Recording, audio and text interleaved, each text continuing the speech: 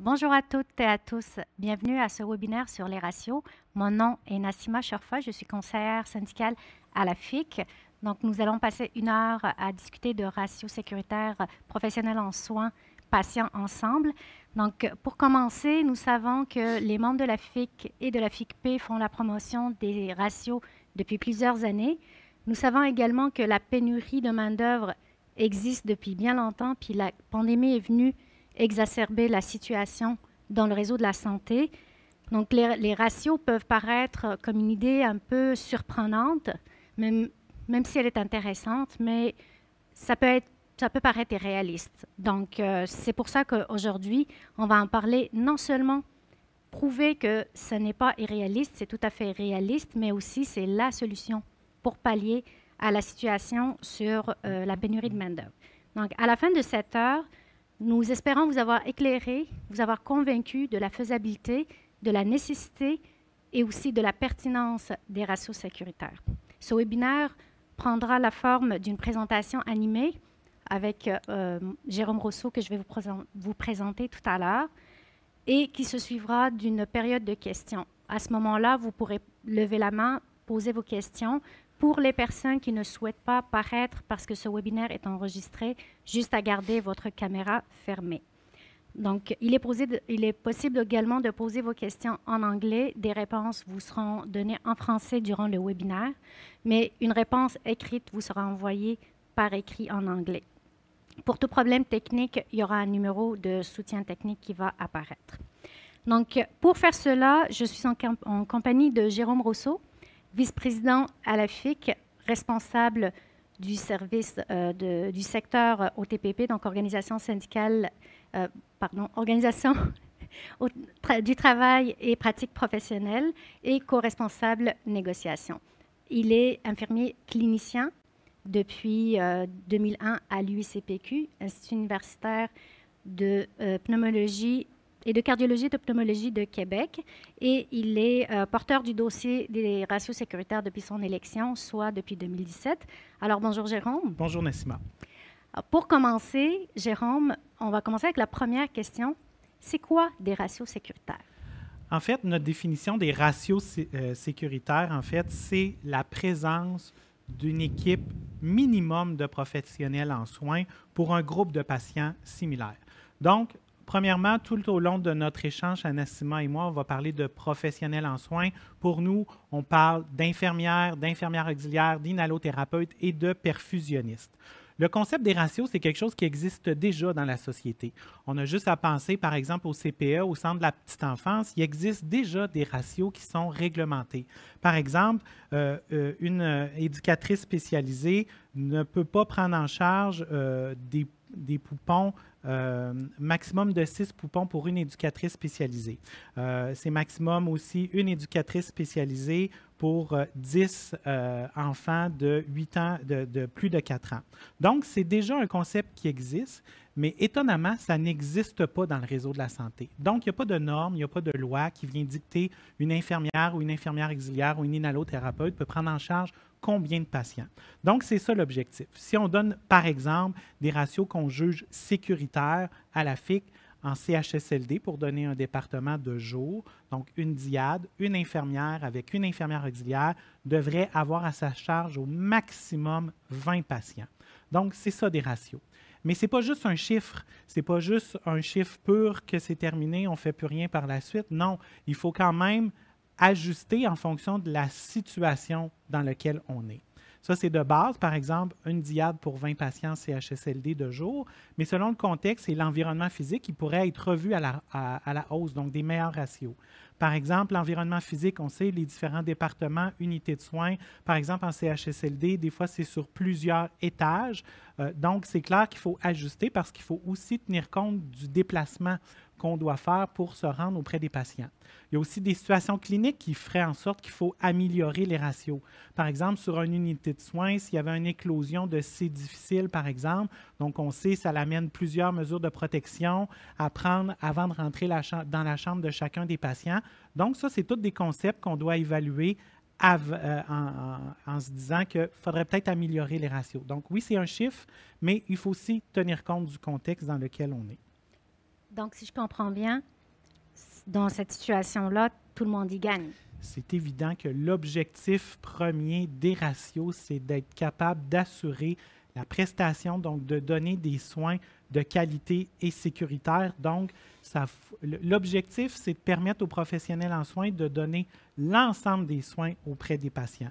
Donc, ça, c'est pour les patients directement, donc les patients en bénéficient directement, mais aussi les professionnels en soins, parce que l'objectif, c'est de diminuer la surcharge de travail. Donc, en diminuant la surcharge de travail, ça diminue aussi les risques d'erreur, parce que des fois, on veut aller vite pour être capable de donner l'ensemble des soins. Ça diminue aussi les accidents.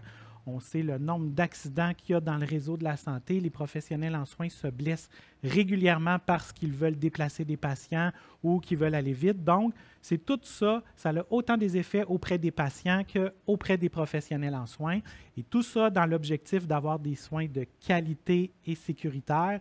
Et quand on parle de qualité et de sécurité, on parle des soins efficaces, des soins sûrs et surtout centrés sur la personne qu'on est en train de soigner en fonction de ses besoins et de sa réalité.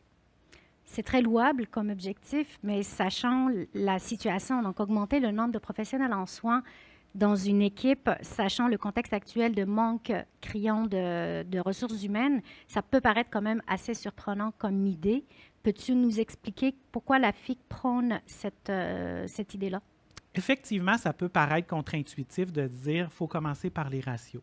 Mais au contraire, c'est ce que les études nous disent et ce que les expériences ailleurs dans le monde nous montrent, c'est l'élément dans lequel il faut commencer. Parce que la pire chose qu'on peut faire présentement, c'est continuer à faire ce qu'on fait, c'est-à-dire des petites mesures à gauche et à droite, puis qu'il n'y a pas d'objectif précis. Avec l'objectif précis des ratios, d'assurer une charge de travail adéquate puis une qualité des soins, c'est là où est-ce qu'on permet de changer la situation parce qu'on a un objectif. Donc, les décisions qui sont prises par les directions, par les établissements, mais aussi par le gouvernement, pointent toutes vers l'objectif de changer réellement la situation. Donc, c'est vraiment dans cet objectif-là. Évitablement, on le sait, ce n'est pas du jour au lendemain où est-ce qu'on va être capable d'obtenir les ratios si on implante une loi. Il va falloir y aller de façon graduelle sur quelques années. C'est aussi ça qui s'est passé ailleurs dans le monde quand on a décidé réellement d'avoir la volonté politique de changer les choses puis d'améliorer le réseau de la santé. Ben, parlons de gouvernement, justement. Le gouvernement n'est pas complètement fermé au ratio à partir du moment où il aura les effectifs. Donc, ce qu'il dit, c'est qu'il y a une pénurie de main-d'œuvre et une pénurie de professionnels en soins au Québec présentement. Et c'est pour ça qu'il ne veut pas installer ou implanter les ratios, donc il ne peut pas. La question, c'est, y a-t-il une vraie pénurie de professionnels en soins au Québec? C'est une excellente question, Nassima. Est-ce qu'il y a réellement une pénurie au Québec? La question est bonne, il faut prendre le temps d'analyser les chiffres. Je vous dirais d'abord et avant tout, il y a d'abord et avant tout une pénurie de bonnes conditions de travail qui amène à une pénurie de soins infirmiers au Québec. Ça, c'est le constat dans lequel on ne s'en sort pas. Ça, c'est vrai, il y a une pénurie de bonnes conditions de travail. Si on regarde les chiffres, il y a plusieurs chiffres qui peuvent nous donner une indication qui vient un peu nuancer la question de la pénurie. À chaque année, l'Ordre des infirmières sort, par exemple, l'état des effectifs infirmiers. Par exemple, en 2020-2021, il y avait plus de 80 000 infirmières au Québec qui détenaient un permis. Par contre, il y en a seulement 84,5 % qui travaillent dans le réseau public de santé. Les autres travaillent soit au public ou ne travaillent pas comme infirmières. Au privé, tu veux dire? Au privé, oui, excusez, ou dans d'autres milieux. Donc, il y a des questions à se poser. Pourquoi des gens vont quitter le réseau public vers le privé? Il y a aussi, par exemple, la cohorte d'étudiants qui a sorti en 2020-2021. Il y avait plus de 3 600 nouveaux permis d'infirmières qui ont été émis. Donc, c'est toutes des questions qu'il faut se poser sur, oui, il y a un nombre de professionnels en soins au Québec, mais où sont-ils et dans quelles conditions elles travaillent? Une autre donnée vraiment intéressante par rapport à les premières années dans la profession, il y a plus de 30 % des professionnels en soins qui quittent leur profession dans les 5 premières années. Donc ça, c'est quand même inquiétant. Il y a des questions à se poser sur pourquoi elles quittent et c'est ça qu'on va aborder aujourd'hui. C'est beaucoup et encore toujours, ça pointe vers la charge de travail. Ben, parlant de statistiques, que disent les études, des études sérieuses à propos des constats sur l'état du personnel infirmier? Un des constats qui est clair, il y a différentes études dernièrement qui le disent, et on a même questionné nos membres tout dernièrement, la très grande majorité des professionnels en soins adorent leur profession. Ils ont étudié dans un domaine précis, elles veulent prendre soin des patients. Par contre, ce qui est aussi clair et manifeste, la très grande majorité ont des gros problèmes et ne tolèrent plus les conditions de travail dans lesquelles elles exercent leur profession. Et c'est ça, ce phénomène-là qui a été beaucoup étudié dans différentes études, c'est le sens au travail. Quand je ne suis pas en mesure de faire le travail pour lequel je suis formé, je perds le sens au travail et c'est là que je deviens extrêmement démotivé. Ça devient épuisant à la longue parce que la charge de travail est élevée. Là vient le phénomène du temps supplémentaire obligatoire. Inévitablement, ça a des impacts dans nos vies personnelles aussi. On est moins présent et donc les études nous montrent que si on n'a pas le sens au travail, on a plus tendance à quitter le travail et donc quitter la profession. Donc, c'est là où est-ce que les ratios viennent donner la solution à qu'est-ce qu'on peut faire pour ramener le sens au travail, avoir une charge de travail qui a du sens et du bon sens dans le réseau de la santé. Donc, c'est ce qui amènerait les professionnels en soins à rester dans le réseau et aux autres à revenir dans le réseau, c'est ça que tu dis? Oui, tout à fait. C'est vraiment l'objectif dans lequel les ratios s'inspirent, c'est qu'on vient s'attaquer directement à la surcharge de travail et donc les gens vont retrouver une charge de travail intéressante. Et là, à ce moment-là, tous les taux d'assurance salaire vont revenir à des taux, je vais dire, normaux. Les gens ne se blesseront plus au travail, les gens n'auront pas tendance à quitter le réseau parce que c'est ça aussi, les gens quittent. On a des problèmes d'attraction, oui, mais on a surtout dans les dernières années des problèmes de rétention dans le réseau de la santé. Donc, toujours avec l'objectif des ratios, c'est d'être capable de garder, travailler sur l'élément central qui est la charge de travail.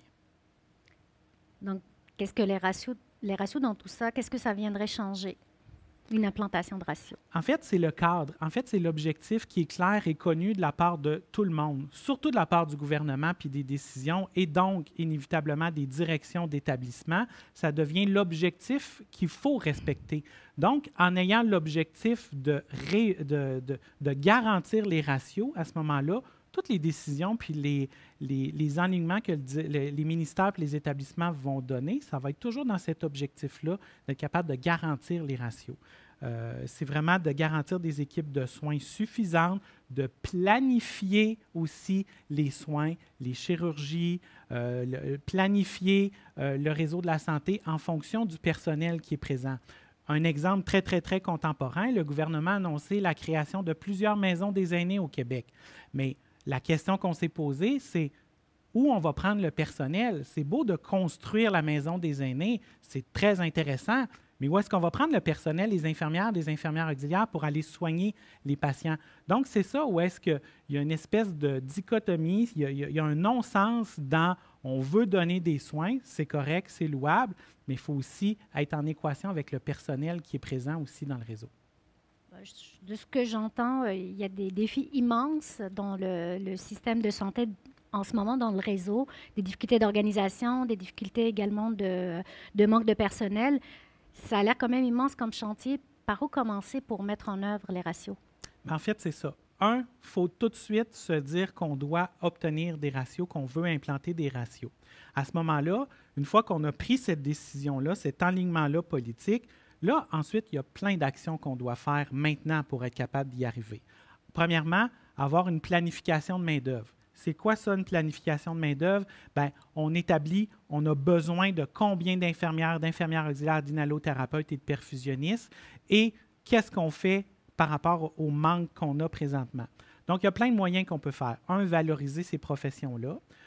On peut aussi reconnaître l'expertise de chacun des titres d'emploi, notamment nos infirmières auxiliaires. Il y a plein d'actes en soins infirmiers qu'elles peuvent faire, mais actuellement, il y a beaucoup de résistance dans certains milieux. Il faut que ces infirmières auxiliaires-là soient en mesure de faire l'ensemble de leur champ d'expertise. On peut aussi faire du recrutement à l'étranger. Il y a des campagnes de sensibilisation aussi. Il faut valoriser les différents milieux de soins, notamment les soins de longue durée. Il faut être capable d'attirer les professionnels dans ces milieux-là. Donc, en ayant des ratios qui permettent à chaque professionnel de bien travailler, de bien faire son travail, ça va attirer les gens dans ces milieux-là. Donc, il faut aussi augmenter les places de formation. Donc, il y a tout le temps la question des places dans les cégeps, dans les universités qui forment les différents professionnels. S'il y a un manque à gagner puis qu'on veut en produire plus, bien, il faut mettre l'argent aussi nécessaire. Il y a des programmes de bourse aussi. Est-ce qu'il y a des infirmières auxiliaires qui aimeraient retourner ou continuer leur étude et devenir infirmières? C'est toutes des possibilités qu'on peut faire, mais ça prend la volonté politique, ça prend l'argent aussi. Donc, c'est toutes ces mesures-là. Une fois qu'on a l'idée, c'est-à-dire les ratios, qu'est-ce qu'on fait différentes mesures pour être capable d'y arriver? C'est ça, faire une planification de main-d'œuvre. C'est plein d'aspects sur lesquels il faut travailler avec le gouvernement, avec les directions, avec les ordres professionnels, avec les syndicats comme nous, pour être capable d'y arriver à obtenir les ratios dans le réseau. Effectivement, mais une fois qu'on a installé toutes ces mesures-là, comment est-ce qu'on peut faire pour augmenter le personnel dans le réseau de la santé? Bien, c'est ça. D'abord, avant tout, c'est beaucoup de véhiculer que ça va changer. Là, présentement, on se dit, on a besoin de gens dans le réseau, mais actuellement, on a juste à parler à n'importe quel professionnel en soins qui travaille dans le réseau. Les conditions sont extrêmement difficiles. On ne sait pas quand est-ce que ça va changer. C'était déjà difficile avant la pandémie. Ce n'est que pire 2 ans après la pandémie. Donc, c'est là où est-ce qu'il faut être capable d'avoir un but commun ensemble, qui est clair, qui est connu de la part de tout le monde. Puis c'est clair que c'est la surcharge de travail qu'il faut adresser. Puis c'est à travers les ratios qu'il faut le faire. Donc, en travaillant sur les ratios maintenant, on se donne quelques années pour être capable d'y arriver et graduellement, on va atteindre les ratios dans chaque unité de soins, sur chaque département pour être capable que ça change réellement sur le terrain. Ça nous amène un peu au projet qui avait déjà été testé. Donc, en 2018-2019, des projets ratios ont été expérimentés en collaboration entre la FIC et le ministère de la Santé et Services sociaux. Il y a eu 16 projets à travers tout le Québec. Peux-tu nous en parler? Qu'est-ce qu'on en retient de ces projets-là? Tout à fait. En 2018, on a négocié avec le gouvernement différents projets ratios. Le gouvernement voulait être convaincu de la faisabilité des ratios. Donc, on a joué le jeu, on a négocié des ratios, puis qu'on a voulu aller expérimenter dans différents départements au Québec.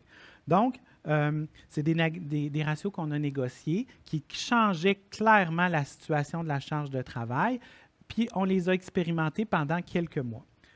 Le constat qu'on fait une fois qu'on a terminé ces projets ratios-là, c'est que les données pointent exactement dans la même direction que les recherches nous disent partout dans le monde.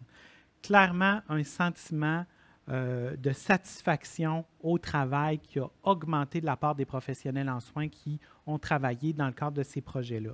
Meilleure connaissance des dossiers, une meilleure collaboration aussi entre collègues de travail, parce que quand on a le temps de bien faire son travail, on est en mesure de bien échanger avec nos collègues. Clairement, un meilleur climat de travail aussi sur le département. Il y a même des gens qui nous ont dit, si j'avais ces conditions de travail-là tout le temps, bien, je ne prendrais pas ma retraite telle que c'est prévu dans quelques mois. Même des gens qui auraient dit, j'aurais continué à travailler si j'avais eu ces conditions de travail-là. Donc, c'est clair que ce qu'on a expérimenté pendant une courte période sur certains départements au Québec pointe exactement dans la même direction que les recherches nous disent. C'est d'excellents indices de rétention, c'est encourageant.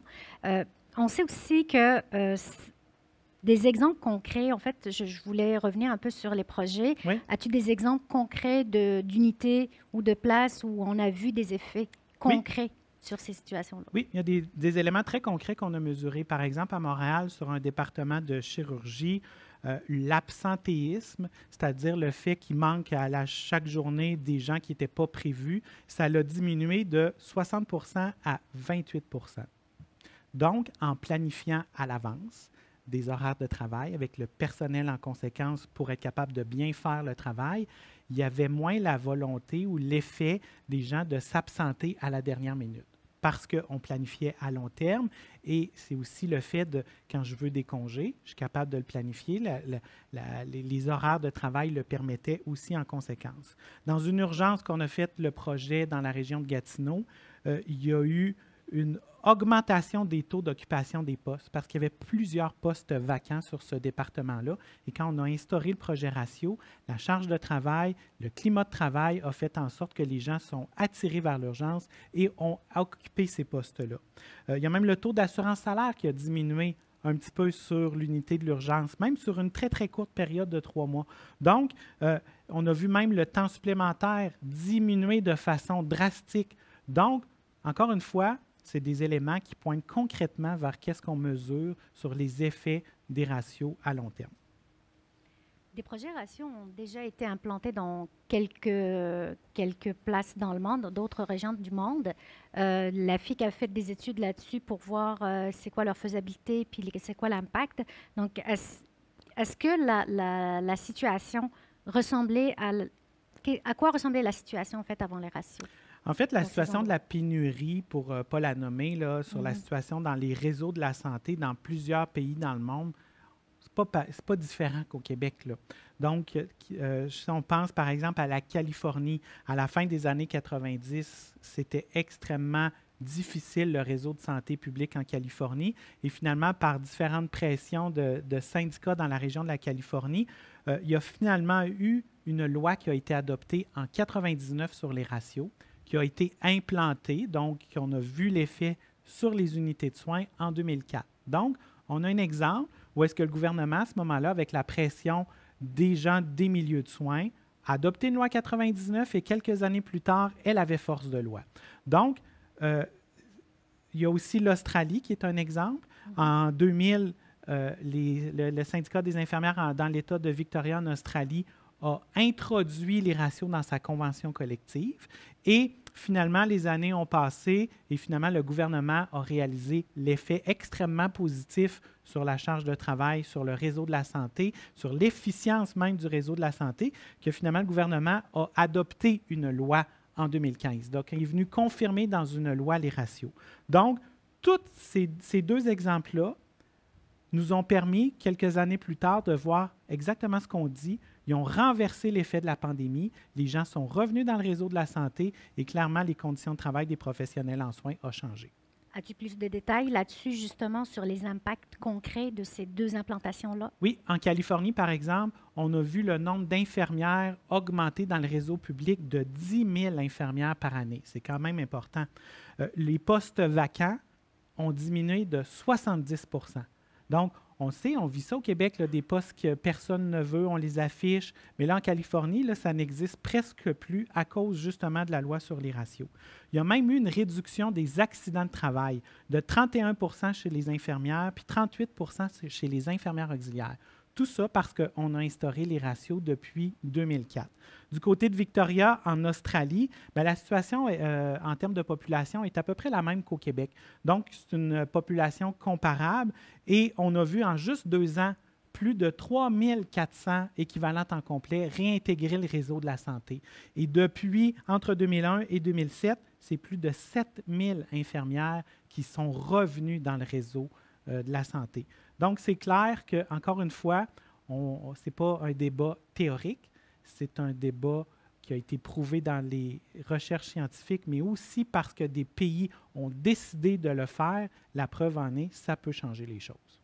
Donc, j'en comprends que la volonté politique y est pour quelque chose aussi dans ces projets-là. OK. Donc, mais là, on parle de avant la pandémie. Quand on voit tout ce qui se passe en ce moment au Québec, est-ce que c'est un projet qui reste réaliste avec toute la pénurie puis tout ce qu'on vit dans un contexte comme celui-là au Québec? Est-ce réaliste, en fait? Bien, en fait, c'est difficile d'avoir les données réelles au Québec parce que ça fait plus de 10 ans qu'avec le ministère comme organisation syndicale, on essaye d'avoir des données sur la main-d'œuvre, sur l'état de situation en termes de nombre de chacun de ces types d'emplois-là, puis le gouvernement donne très, très peu d'informations. On réussit quand même à avoir de l'information par d'autres tribunes. Comme j'en parlais tantôt, du côté de l'Ordre des infirmières, on est plus de 80 000 infirmières ici au Québec. Du côté de l'Ordre des infirmières auxiliaires, le membership est à peu près 29 000 et du côté des inhalothérapeutes, 4 500. Donc, il y a quand même un bon nombre de professionnels en soins au Québec. Sauf que, comme tu l'as bien dit, Nassima, c'est la volonté politique. Qu'est-ce qu'on veut faire pour vraiment changer le réseau de la santé?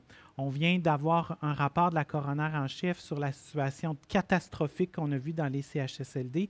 Une des recommandations qu'elle a clairement nommées, c'est d'avoir des ratios sécuritaires dans les CHSLD.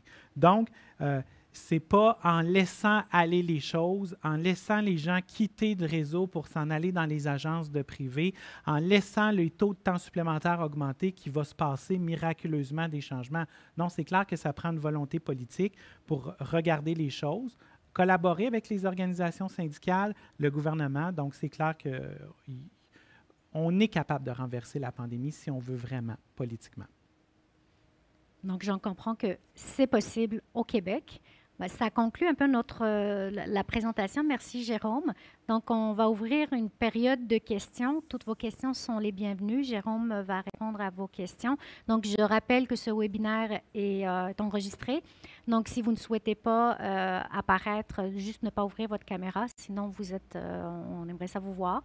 Et si vous avez des questions en anglais, n'hésitez pas à les poser en anglais. Une réponse en français vous sera donnée maintenant et une fiche vous sera envoyée plus tard.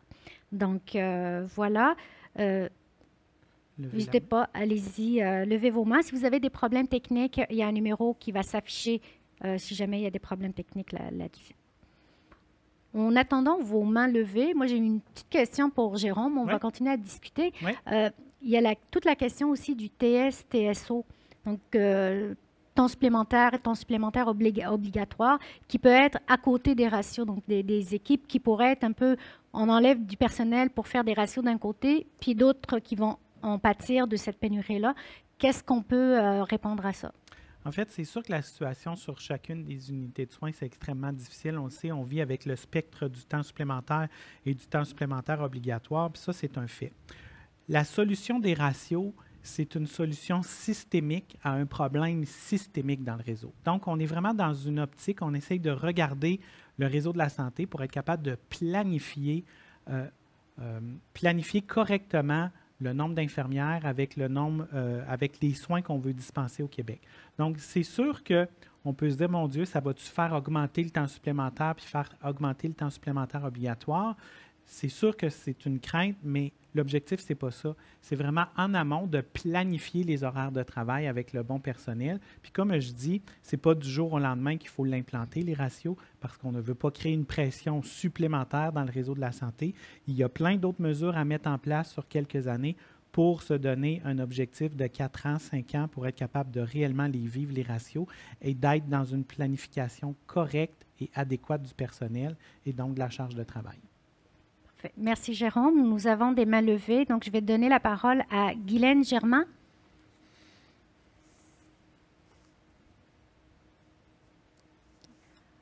Vous pouvez ouvrir votre caméra puis ouvrir votre son.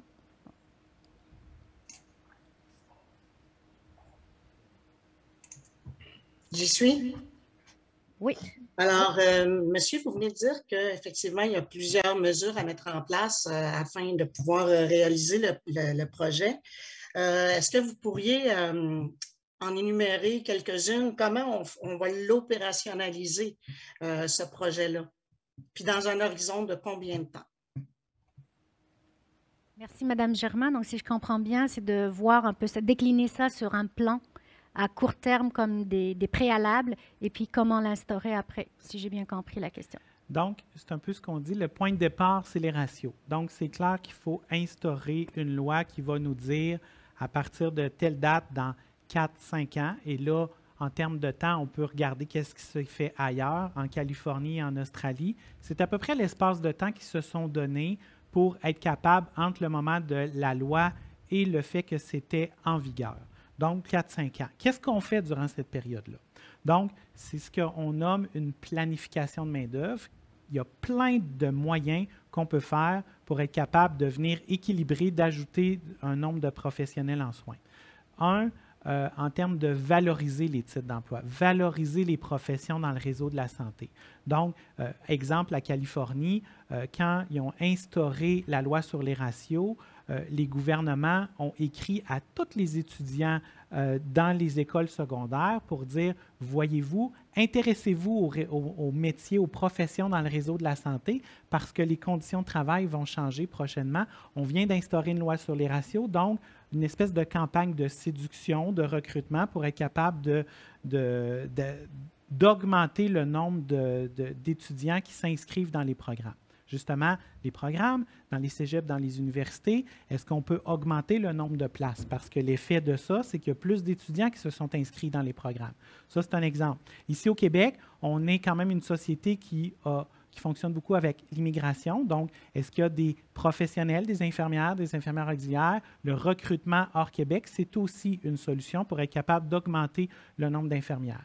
Tous les aspects professionnels aussi. Qu'est-ce qu'on permet de faire à nos infirmières? Qu'est-ce qu'on permet de faire à nos infirmières auxiliaires, à nos inhalothérapeutes et à nos perfusionnistes? Donc, juste sur la section plus spécifique des infirmières auxiliaires, il y a plein d'actes de soins infirmiers qu'elles peuvent faire. Donc, c'est tout cet exercice-là, la loi 90, qui fait quand même plus de 20 ans qu'il a été adopté au Québec, qui permet le partage d'activités professionnelles. Ça aussi, en termes d'organisation du travail, c'est des moyens qu'on peut faire. Donc, il faut améliorer, il faut que l'objectif soit clair et connu, donc la loi, et à ce moment-là, on fait plein de mesures pour être capable d'y arriver. Puis ces mesures-là, ce sont des mesures qui sont concertées, réfléchies dans l'objectif des ratios. Je me permets peut-être juste pour clarifier la loi 90, là on parle de la complémentarité des différentes professions qui travaillent ensemble, donc la collaboration intraprofessionnelle et interprofessionnelle Oui. au sein d'une même équipe, juste pour vulgariser un peu ça, pour que tout le monde comprenne de quoi Oui. on parle exactement. Oui. Et peut-être aussi pour les étudiants dont on parlait, il y a des exemples concrets en Californie et en Australie qui a prouvé que l'attraction des étudiants a été quand même assez intéressante. Tu parles des étudiants. Les stages, on sait tous quand on est en processus, lorsqu'on est en processus de formation, inévitablement, on a des stages. Et ça, dans le phénomène, on le voit quand les étudiants intègrent à travers le stage le réseau de la santé, quand ils constatent la charge de travail qui est beaucoup plus acceptable, ça aussi, ça a un effet d'entraînement. Parce qu'on le sait, il y a beaucoup de gens qui s'inscrivent dans ces programmes-là, il y a beaucoup qui quittent au début quand ils réalisent dans quel contexte et dans quelle charge de travail ils vont avoir. Donc ça permet de garder plus de gens dans le réseau au début, dans le processus de formation. Ça aussi, c'est un autre effet. Parfait. Merci beaucoup pour la question, c'est très intéressant. Donc, on va passer à la prochaine question. Stéphanie Matt, je vais vous demander de vous présenter, puis si c'est possible, si ça ne vous dérange pas, de nous dire de quelle région vous provenez. Donc, vous pouvez... oui, bonjour, infirmière pour le CIUS de la capitale nationale, en secteur d'hébergement. Je voulais savoir si les ratios vont être en fait en fonction du profil de la clientèle ou département. Parce que mettons, d'un CHSLD à l'autre, il y a des centres d'hébergement qui ont des profils de clientèle plus lourdes. Donc, je voulais voir si les ratios vont tenir compte de ça ou c'est pas fait encore, ou c'est dans les nuages. Merci. Merci, Madame Matt. Donc, si je comprends bien, c'est les critères qui déterminent les ratios. Oui. En fait, la question est excellente, en fait, parce qu'on le sait, au Québec, chaque établissement, chaque département, chaque centre d'activité, nommez-le comme vous voulez, là, parce qu'on a notre propre langage, on n'a pas le même type de clientèle. Donc, c'est sûr que la définition de base, c'est que si on a tous, par exemple, une unité d'obstétrique, on sait que les ratios devraient être à un niveau X. On est en train d'en développer justement des ratios à la FIC. On se base sur différentes recherches qui se sont faites sur l'expérience justement des projets ratios au Québec, puis on est en processus de questionner des membres, des infirmières auxiliaires sur ces unités-là. Pour être plus précise par rapport au CHSLD, effectivement, les clientèles en CHSLD sont un peu particulières au Québec. Il y a des unités prothétiques, il y a des types de clientèle. C'est clair que pour être capable de déterminer des ratios, il faut regarder le genre de clientèle qu'il y a là. Est-ce que les professionnels sont en mesure de donner tous les soins? C'est ça l'élément de base dans lequel il faut se projeter. Donc, il y a des travaux qu'on a faits actuellement. Comme je vous dis, actuellement, du côté de la FIC en CHSLD, de base sur une clientèle générale en CHSLD. On parle d'une diade, d'une infirmière, une infirmière auxiliaire pour 20 patients, mais c'est clair que si on est dans un contexte où la clientèle demande plus de soins, c'est clair qu'il faut améliorer les ratios. Donc, dans les prochains mois, dans la prochaine année, du côté de la FIC, là, on va probablement diffuser là, notre vision claire des ratios dans plusieurs centres d'activité. Parfait. Merci, Jérôme. Prochaine question, prochaine personne, Claude Beaumont. Oui, bonjour, Claude Beaumont. infirmiers, centre hospitalier. D'abord, je commencerai en vous remerciant pour ce forum qui nous permet d'exprimer sur des sujets importants, dont les ratios. Je crois que les ratios sont une donnée indispensable pour le système de la santé. On n'en est pas à discuter du bienfait de la chose. Moi, j'essaie de me questionner plutôt sur le pourquoi ils ne sont pas encore établis. On sait que dans la dernière convention collective, le gouvernement et le syndicat insistaient beaucoup sur l'établissement, d'offrir plus de positions à temps plein, dont plus de monde dans le système, plus d'heures de travail dans le système, en se disant que bon, c'est ce que j'en comprenais, que le fait d'emmener plus d'heures de travail va permettre peut-être d'établir des ratios. Là, dans la présentation, je vois que ce qu'on met d'abord en amont, c'est d'abord les ratios, en comprenant que les ratios vont améliorer les conditions de travail et évidemment établir des soins sécuritaires pour nos patients, ce qui va emmener et attirer plus de gens dans la profession. Je pense que c'est la bonne façon de comprendre le problème. C'est quand même extrêmement étonnant qu'on en soit encore à débattre sur les ratios. J'aimerais comprendre ce que la FIC retient de l'argumentation du gouvernement qui fait que ces ratios-là ne sont pas encore mis en place. Puis quand je parle de ratios, je ne parle pas juste des ratios en CHSLD qui semblent être encore un peu vagues à mon avis, mais les ratios dans tous les secteurs d'activité du système de la santé. Quelle est la compréhension de l'argumentaire du gouvernement qui fait que ces ratios ne sont pas encore mis en place? Merci. Merci, M. Beaumont.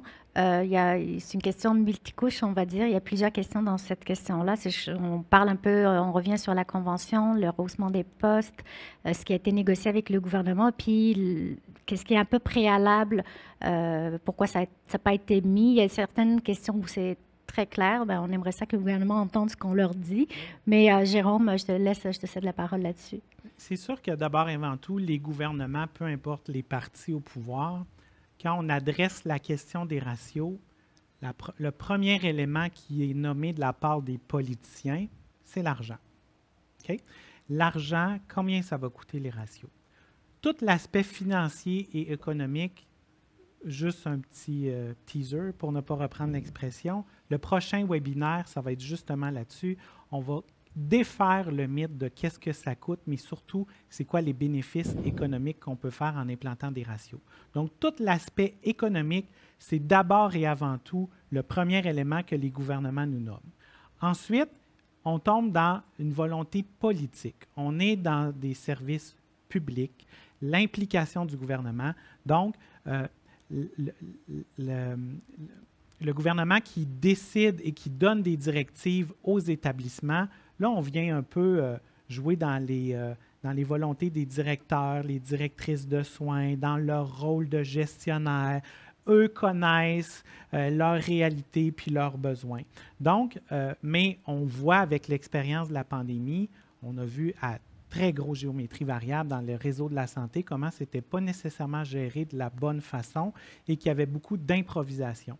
Donc, c'est beaucoup ça qu'on tente de déconstruire, que l'idée des ratios, quand ça devient l'élément principal et moteur et l'objectif, à ce moment-là, ça facilite beaucoup la gestion. Puis ça devient un élément, autant pour les directrices de soins que les directeurs, les PDG, de je vais construire mes structures de poste, je vais établir mes équipes de soins en fonction de cet objectif-là pour être en mesure d'avoir un établissement, un hôpital ou un CHSLD qui soit efficient, qui donne les meilleurs soins.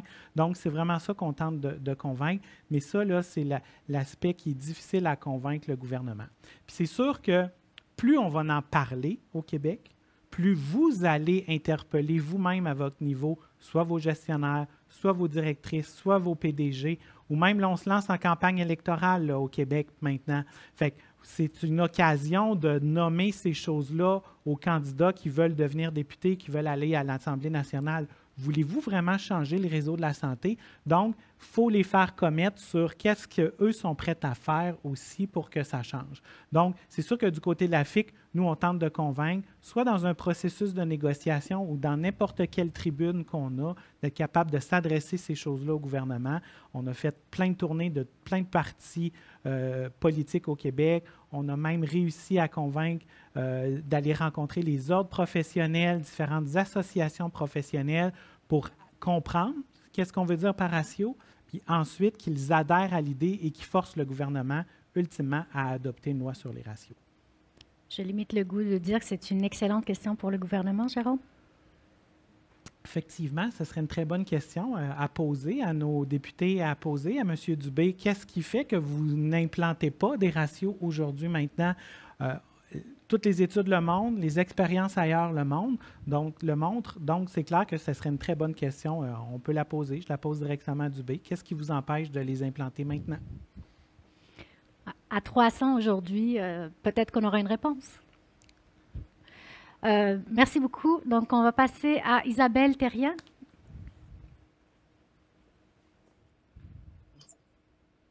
Oui, bonjour. Oui. Dans le fond, moi, j'ai une question aussi par rapport à ce que vous avez observé dans les études à l'extérieur, là, en Californie, en Australie. Moi, ce qui me titille depuis quelques années, c'est l'acharnement de créer des postes temps complet. Parce qu'on sait très bien, en tout cas, moi, là, sur le terrain, puis quand j'étais gestionnaire, il y a plein d'employés qui ne veulent pas de poste temps complet.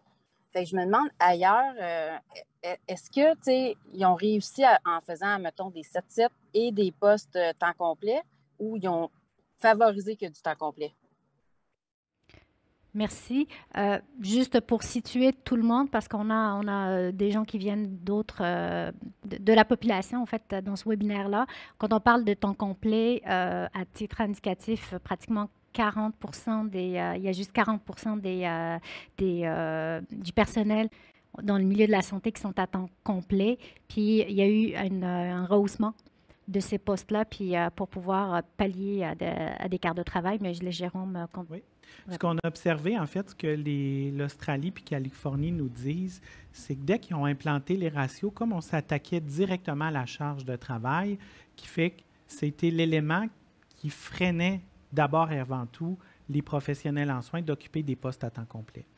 Ce qu'on observe présentement, c'est qu'il y a beaucoup de gens qui travaillent à temps complet dans l'État de l'Australie et en Californie parce que la charge de travail est tout à fait acceptable, le sens au travail est présent. Donc, c'est plus tant un enjeu, la volonté d'obtenir des postes à temps complet parce qu'elle est là. Et à ce moment-là, l'accessibilité aussi, parce que le nombre d'infirmières auxiliaires a augmenté, l'accessibilité au congé, d'avoir des horaires de travail flexibles qui répondent à nos besoins. Donc, c'est tous ces éléments-là qu'on parle de conciliation famille-travail qui a été rendu possible du fait que les conditions de travail ont été grandement améliorées. Il y a eu un apport, beaucoup de professionnels en soins qui ont intégré. Donc, on a été en mesure à la fois de respecter les ratios, donc la charge de travail, puis de donner les conditions de travail, puis par rapport aux horaires de travail. Donc, ces exemples-là sont vraiment dans ce sens-là. Et les postes à temps complet, ce n'était pas obligatoire en Californie et en Australie. C'était vraiment sur une base volontaire. Mais comme je vous dis, les gens ont naturellement pris des postes à temps complet parce que c'était beaucoup plus intéressant financièrement et que la charge de travail était acceptable. Okay. Merci. On va passer à Franck Pelletier. Alors, bonjour à l'équipe de la FIC. Merci encore pour la plateforme et les discussions très intéressantes. Vous mentionnez l'Australie puis la Californie. On doit mentionner aussi que le contexte technologique de ces deux endroits-là est complètement différent du contexte du Québec. Les systèmes d'information techniques, cliniques sont beaucoup plus avancés. On arrive au Québec avec le projet DSN, puis beaucoup de projets innovateurs dans la province. On y arrive tranquillement, mais il y a quand même un certain délai par rapport à l'Australie puis la Californie que vous avez mentionné spécifiquement. Donc, j'aimerais ça avoir votre opinion sur comment est-ce que vous voyez, autant que la technologie n'est pas une réponse complète à tout, autant que potentiellement les ratios ou l'atteinte de ces ratios-là n'est pas non plus la réponse complète. Donc, comment est-ce que la technologie peut vous appuyer non seulement à atteindre ces ratios-là, mais lorsqu'ils seront atteints, de s'assurer que les résultats ne sont pas dilués par les points de friction qui sont malheureusement présents par beaucoup de processus qui sont encore manuels. Donc, encore une fois, merci pour la plateforme. Merci. Jérôme? Oui. C'est vraiment intéressant cette question-là. Et ce qui me vient en tête rapidement, c'est l'exemple de la Nouvelle-Zélande. La Nouvelle-Zélande ont instauré il y a quelques années, à cause qu'ils ont justement certains systèmes informatiques extrêmement performants, ils mesuraient les soins non faits. Ils étaient capables, à travers les plans de soins qui étaient tous informatisés, d'être capables de mesurer dans un établissement où, parce que c'est une donnée tangible.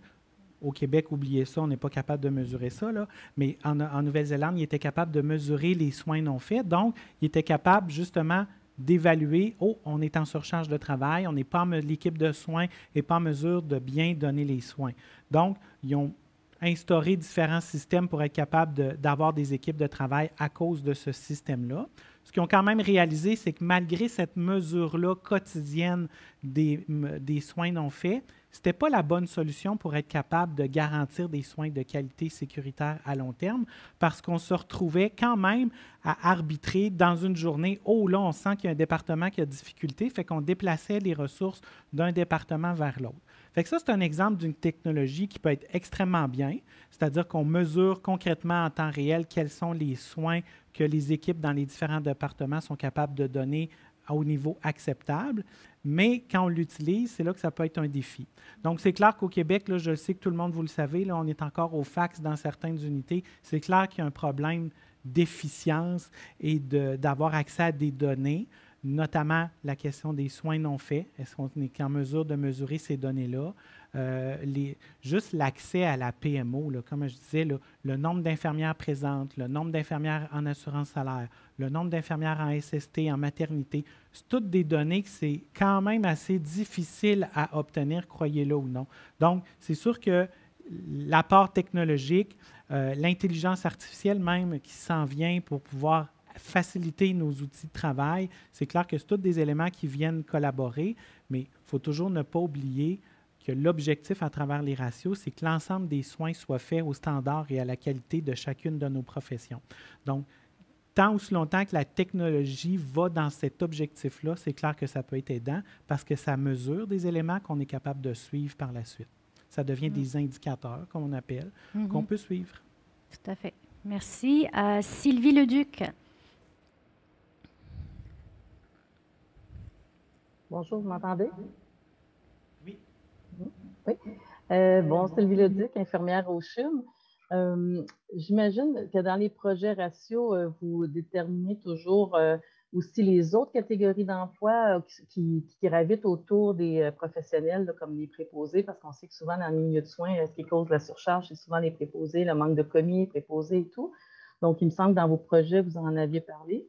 Ce que je voulais dire aussi, c'est que au niveau des DSI, ils disent connaître beaucoup les réalités terrain. Là, en tout cas, nous, présentement, notre DSI, elle nous dit que les ratios, ce n'est pas une solution pour le CHUM parce qu'on est tertiaire quaternaire, ça ne sera pas bon pour nous. Fait que j'aimerais ça vous entendre sur l'adaptation, je pense, des ratios selon les milieux de soins. Vous en avez parlé un petit peu, mais c'est une crainte aussi des gens, des infirmières ici au CHUM, de dire mais dans les centres tertiaires quaternaires, est-ce qu'on va avoir les mêmes ratios? Est-ce que ça ne va pas nous nuire? On avait eu beaucoup de questions là-dessus. Et pour ce qui est de tous les accès aux données, c'est très difficile d'avoir des données, effectivement. Et je me posais la question s'il y a quelque chose à faire par la FIC au niveau de la loi d'accès à l'information. C'est tout. Merci. Merci. Jérôme? Oui. Question vraiment, encore une fois, très intéressante. Juste vous nommer que lorsqu'on a fait les projets ratios, une des mesures qu'on est allé voir avant l'implantation des ratios, c'est de mesurer quelles sont les tâches que les infirmières et les infirmières auxiliaires font qui ne leur appartiennent pas et qui appartiennent à un autre type d'emploi, notamment les commis et les préposés. On le sait, on demande toujours aux infirmières auxiliaires, mais même aux inhalothérapeutes de faire tout ce que les autres peuvent faire. Ça, c'est un problème. On appelle ça la substitution de type d'emploi. Il manque quelqu'un, bien, toi, aujourd'hui, Nassima, tu vas jouer le rôle du préposé ou tu vas jouer le rôle de la commis. C'est clair que lorsqu'on parle de ratio, on parle quelles sont les tâches, les soins infirmiers que les infirmières auxiliaires et que les inhalothérapeutes, parce que ça s'applique aussi aux inhalothérapeutes dans leur domaine de pratique, quels sont les soins qu'elles sont les seules à pouvoir faire et qu'elles doivent faire. Et là, on vient établir justement le bon nombre d'infirmières ou d'infirmières auxiliaires pour être en mesure de faire ces tâches-là. C'est sûr qu'il y a des équipes de soins qui sont présentes, d'autres types d'emplois, les préposés, les commis, qui ça prend un nombre substantiel parce que s'il en manque, on va se retrouver à venir compenser. Pour ce qui est des réalités des établissements du CHUM, moi je viens de l'IUCPQ à Québec, effectivement, les ratios, ce n'est pas un chiffre, je l'ai dit au début de la rencontre, c'est adapté en fonction du type de clientèle. Donc, si on est dans des unités de soins de type de clientèle tertiaire, quaternaire, inévitablement, ça va être des ratios adaptés, donc plus riches, donc plus d'infirmières pour le nombre de patients parce que les soins sont plus complexes et sont plus complexes, oui.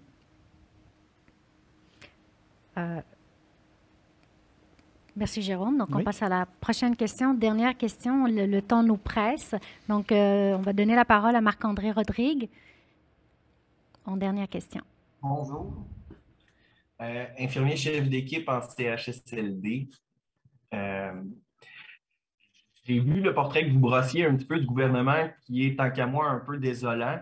Je ne pense pas que les DSI connaissent autant que ça le réseau de la santé, comme vous dites, vu les projets de tablettes pour remplacer des infirmières en CHSLD qui veulent le faire. Quels sont les moyens que vous pensez qui pourraient être utiles pour motiver le gouvernement à comprendre l'importance des ratios? Merci, c'est une excellente question, Jérôme. Oui, partez-moi pas sur les DSI. Le problème, en fait, des directrices de soins infirmiers, c'est qu'elles occupent à la fois des fonctions de gestionnaire et clinique. Donc, ils doivent composer avec la réalité financière, d'arriver à la fin du mois avec le budget, puis en même temps d'assurer la qualité puis des soins. À la base, il y a quelque chose d'un peu irréaliste ou inconciliable peut-être. Mais, juste vous dire, en Australie, les directrices de soins, maintenant, sont très heureuses de l'implantation des ratios parce que ça leur permet d'assurer vraiment la qualité et la sécurité puis d'être 100% dans leur rôle en termes de directrice de soins. Projet tablette, effectivement, c'est vraiment épouvantable. Là, on est en train au Québec de dire on va enlever des infirmières de nuit dans les CHSLD puis la remplacer par une infirmière à domicile à travers une tablette qui va évaluer un patient. C'est vraiment contre-productif, c'est illogique selon nous d'être capable d'en arriver à là. Ce sont des milieux de soins, les CHSLD. Le type de clientèle, monsieur, je suis convaincu que vous le savez encore plus que moi, le type de clientèle, la complexité des soins a énormément augmenté. Donc, c'est clair qu'il faut assurer une présence infirmière auxiliaire en tout temps. Donc, qu'est-ce qu'on peut faire? En fait, il y a plusieurs choses qu'on peut faire. Notamment, du côté de la FIC, on s'est associé avec d'autres groupes des ordres professionnels. Vous allez voir apparaître le plaidoyer pour une loi sur les ratios. Donc, on s'est tous concertés et demandé d'une même voix au gouvernement d'obtenir une loi sur les ratios. Donc, ce que vous pouvez faire maintenant individuellement, allez sur le site ratioensanté.org puis signer le plaidoyer. Plus il va y avoir de gens au Québec, oui, des professionnels en soins, mais vos familles, vos amis, qui puissent aller appuyer ce projet-là d'obtenir une loi parce que c'est pour nous, comme professionnels en soins, qu'on va bénéficier en termes de charge de travail, mais aussi la population du Québec qui va obtenir puis va avoir une garantie d'avoir des excellents soins au Québec. Ça, c'est une chose. Comme j'ai dit, on est en campagne électorale bientôt. N'hésitez pas à interpeller, à écrire à vos députés, les candidats dans chacune de vos régions, à les questionner sur qu'est-ce qui s'est passé de la pandémie, c'est quoi leur projet pour être capable d'améliorer puis changer le réseau. La FIC, on organise différentes activités aussi en cours d'année, donc c'est clair que il y a plein d'éléments qu'on peut faire pour être capable de changer. L'important, c'est d'en parler. Vous allez recevoir bientôt par courriel une fiche qui résume l'essentiel des propos qu'on vient de se nommer. Partagez-la avec vos collègues. Partagez-la avec votre famille. Discutez-en de la question des ratios. Plus on va être de gens à en demander des ratios, les directions, le gouvernement n'aura pas le choix de nous suivre puis d'être capable de répondre à notre demande parce que la plus grande chose qu'on veut, nous, les professionnels en soins, c'est d'être capable de bien soigner nos patients dans le réseau de la santé. Je suis convaincu que c'est notre objectif à tous les jours quand on va travailler, puis c'est en obtenant une loi sur les ratios que ça va nous le garantir. C'est un excellent point, puis j'ai le goût de rajouter ou de te relancer sur le fait du nombre, sur le fait de ramener les ratios. Plus on est nombreux à en parler autour de nous, à en parler durant la campagne électorale, plus les ratios vont s'inviter par eux-mêmes. Tout à fait. Plus cette question-là va être questionnée, va être au cœur de l'actualité, plus ça va devenir un débat de société et plus ça va forcer le gouvernement à changer les choses. Le gouvernement, il veut être élu, il veut être réélu à la prochaine élection. Donc, quand on le questionne et qu'on lui demande des engagements clairs à se prononcer sur une loi sur les ratios, c'est comme ça qu'on va pouvoir changer. Et fait qu'on le fait, on s'est associé avec différents groupes de la société. Vous, comme professionnels qui travaillez sur le terrain, n'hésitez pas à interpeller aussi vos équipes syndicales. Dans chacune des équipes syndicales, il y a une personne qui a le chapeau ratio, qu'on se rencontre régulièrement pour être capable de discuter des prochaines actions, des prochains éléments de visibilité qu'on va vouloir faire. Donc, n'hésitez pas à interpeller vos équipes syndicales. Elles aussi travaillent vers l'objectif d'obtenir des ratios. Donc, c'est clair que tous ensemble, c'est comme ça qu'on va être capable d'y arriver et changer les choses. Parfait. Bien, merci beaucoup, Jérôme. Merci à tout le monde d'avoir été là pour votre présence. Merci pour les questions aussi. C'était super intéressant. Comme Jérôme l'avait dit, donc une fiche argumentaire va vous être envoyée par courriel prochainement en français et en anglais par rapport à tout ce qui a été dit. Donc, ça résumera un peu le contenu d'aujourd'hui. Si jamais des questions surviennent plus tard puis vous aimeriez les poser, n'hésitez pas à aller voir vos équipes locales si vous êtes dans le milieu des professionnels en soins avec vos équipes locales directement. Sinon, vous pouvez toujours utiliser le site Internet FIC Santé sur lequel la section Nous joindre, vous allez pouvoir poser vos questions. Quelqu'un va vous répondre là-dessus. Donc, Jérôme avait parlé aussi de prochains webinaires, donc je ne vais pas spoiler beaucoup. Juste vous dire que c'est une série de 3 webinaires. C'est la première. On l'a essayé aujourd'hui, on en est très content. Et le prochain, en principe, devrait être à l'automne et on va parler d'argent, du coût des ratios, entre autres. Un autre à l'hiver, mais ça, je ne vais pas en parler plus. Fait que restez à l'affût. Vous allez avoir plus d'informations un peu plus loin. Merci beaucoup à tous. Au revoir. Merci, Nassima.